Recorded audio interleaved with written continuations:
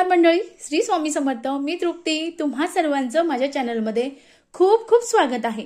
बघा मंडळी, श्रावण महिन्याला सुरुवात झाली आहे. श्रावण महिना हा अतिशय पवित्र महिना आहे.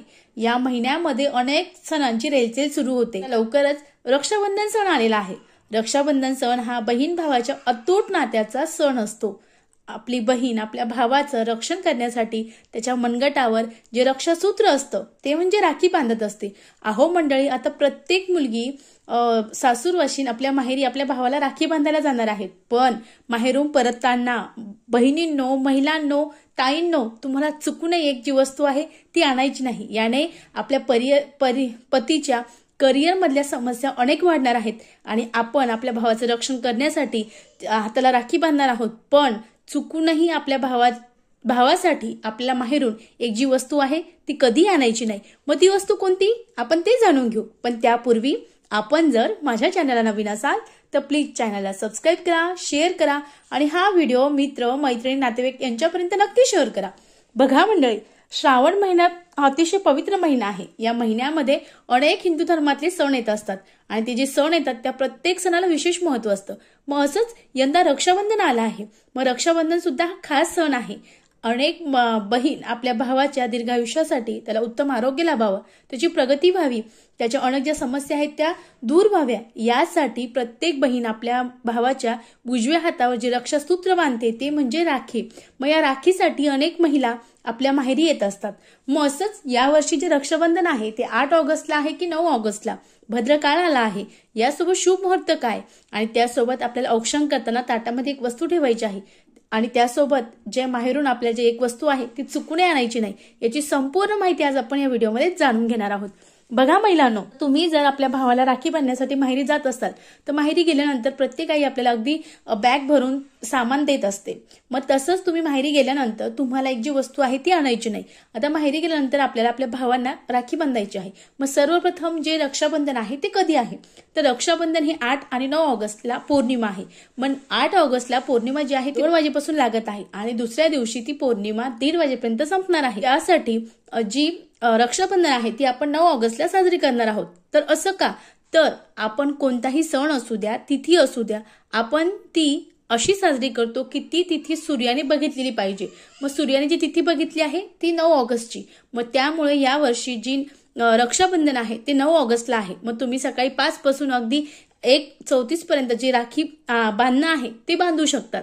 त्यामुळे तुम्हाला या शुभ वेळेमध्ये जे आपल्या भावाला राखी आहे ती बांधायची आहे. कारण 1:24 पासून जी पौर्णिमा आहे ती संपणार आहे.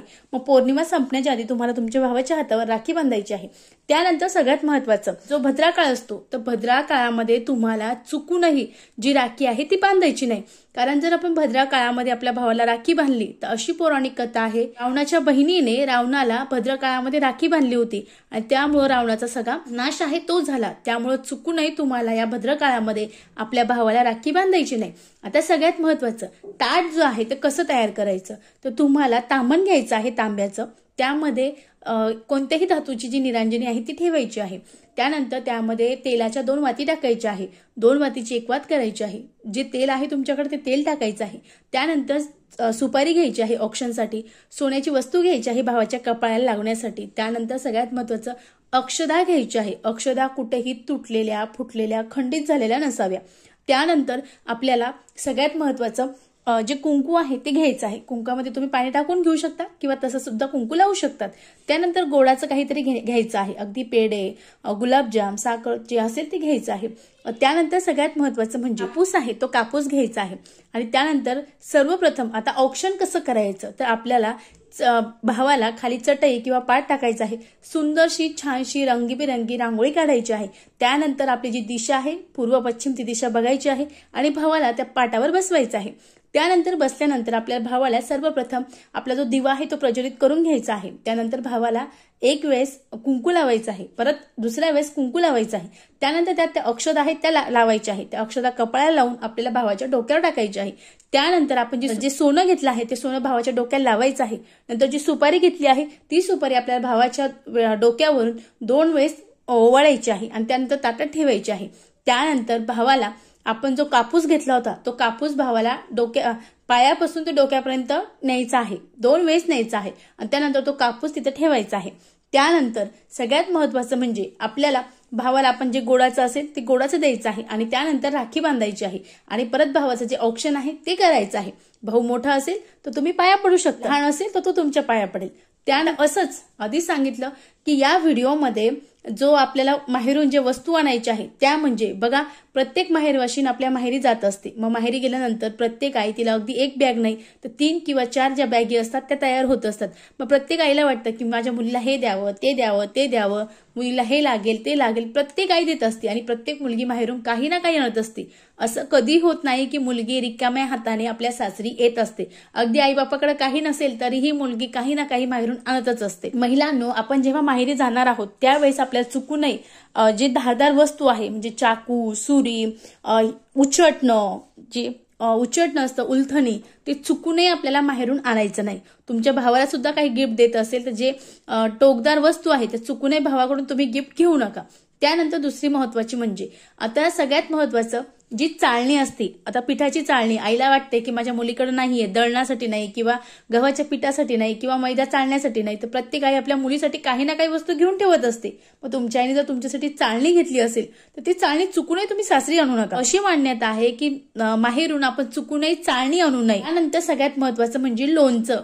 आता प्रत्येक आई जे लोणचं आहे ते करत असते, मग तिला प्रत्येक वेळेला वाटतं की आपली जी लेक आहे तिला आपल्या हातचंच लोणचं आवडतं, ती आपल्या हातचंच लोणचं खाते किंवा तिचं करणं होत नाही, कामानिमित्त ती बाहेर जाते, तर प्रत्येक आई अगदी 1 बरणी नाही तर 2 बरणी आपल्या मुलीसाठी तयार करून ठेवत असते। पण लोणचं हे जे आंबट असतं आणि आपल्या संसारात आपण जर माहेरून लोणचं आणलं तर आपल्या संसारामध्ये अगदी आंबटपणा राहत असतो, म्हणजे सततचे वाद विवाद, चिडचिड। त्यामुळे चुकू नये, अगदी कधीही तुम्ही माहेरी जा पण माहेरून कधीही जे लोणचं आहे ते आणू नका। त्यानंतर सगळ्यात महत्वाचं म्हणजे अतिशय महत्वाचं मोहरी। आता मोहरी ही लाल कलरची जी मोहरी आहे आपण जी वापरतो, काळ्या कलरची जी मोहरी वापरतो, ती मोहरी सुद्धा आपण जी माहेरून आहे ती कधी आणायचं नाही। कारण आपण जशी ती मोहरी आणली आणि आपण जेव्हा ती तेलामध्ये टाकतो, जशी ती मोहरी तड तड तड तड उडती, तसाच संसारामध्ये सुद्धा आपल्या अनेक तडतड गोष्टी होत असतात, चिडचिड होत असते, वादविवाद होत असतो।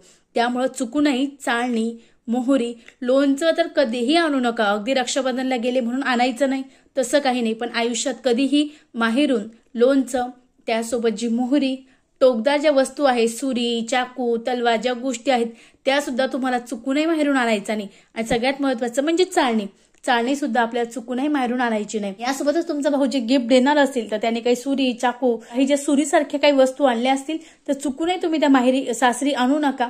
याने सुद्धा आपल्या जीवनात अनेक वादविवाद होत असतात। मग प्रत्येक आईला वाटतं की मी चांगलं बघून दिलं तरी यांच्या संसारामध्ये वादविवाद का? प्रत्येकाला वाटतं मी चांगली वागते पण तरी आमच्या संसारात वाद का होता? तर अशा अगदी साध्या सोप्या ज्या वस्तू असतात त्या आपण करत असतो, ज्या साध्या सोप्या वस्तू असतात त्या आपण माहेरून आणत असतो। त्यामुळे काही गोष्टी आहेत की ज्या माहेरून टाळायच्या। मग त्यामुळे तुम्हाला ह्या ज्या गोष्टी सांगितल्या शक्यतो माहेरून आणणं टाळा, आपला जो संसार आहे तो सुखी होणार आहे। अशा प्रकारे आपल्या भावाला जे औक्षण आहे ते करायचं आहे, त्याची दीर्घ आयुष्यासाठी प्रार्थना करायची आहे। अगदी साध्या आणि सोप्या पद्धतीने मी तुम्हाला ही सर्व माहिती सांगितली। तुम्हाला व्हिडिओ आवडला असेल तर चॅनलला लाईक करा, शेअर करा, सबस्क्राईब करा। परत भेटू अशा एका नवीन व्हिडिओ सोबत। श्री स्वामी समर्थ।